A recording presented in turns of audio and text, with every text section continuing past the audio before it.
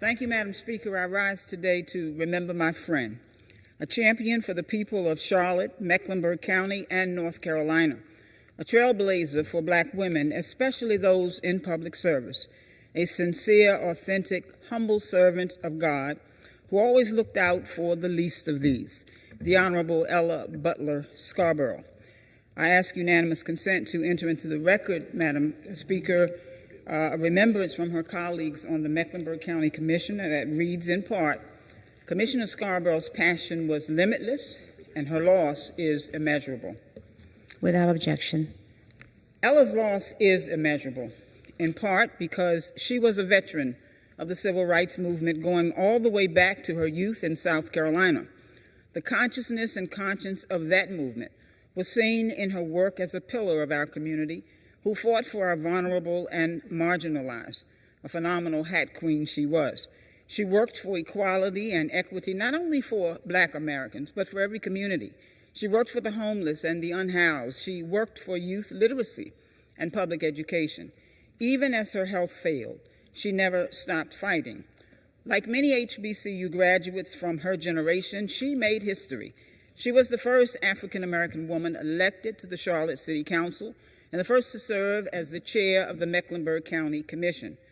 Her leadership opened doors and inspired others. She encouraged other women to run and serve. But Ella was the kind of person who was more concerned about the work she did than the history she made.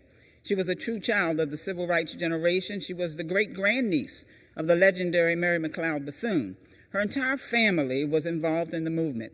When she was 17, she put her body and her life on the line to integrate a segregated movie theater in her community. 5 years later, as a student at South Carolina State, she did the same at a bowling alley in Orangeburg.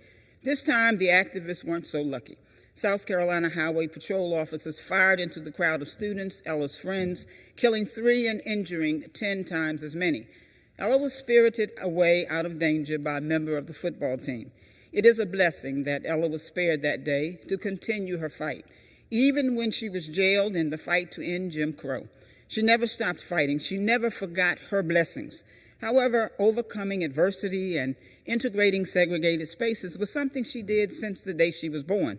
As Charlotte's Hannah Hassan wrote, she's been fighting since birth. She was born premature, 3 pounds. At that time, Black babies weren't guaranteed an incubator, so her little body had to fight just to exist. Indeed, when her father convinced the hospital to admit baby Ella to the ICU in Sumter, she became the first Black baby in that space.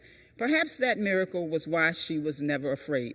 It was a miracle. But the greater miracle of Ella Scarborough was that after she counted her many blessings, she extended those blessings to others, both as a member of her faith home, Friendship Missionary Baptist Church, and then as an elected official and public servant. Blessings are not just ours to have, but to give. That was the lesson that I hope we can all learn from Councilwoman, Commissioner, and Chairwoman Ella Scarborough as we honor and remember her today. Thank you, Madam Chair. I yield back. Gentlelady yields back. The chair recognizes the gentleman from California.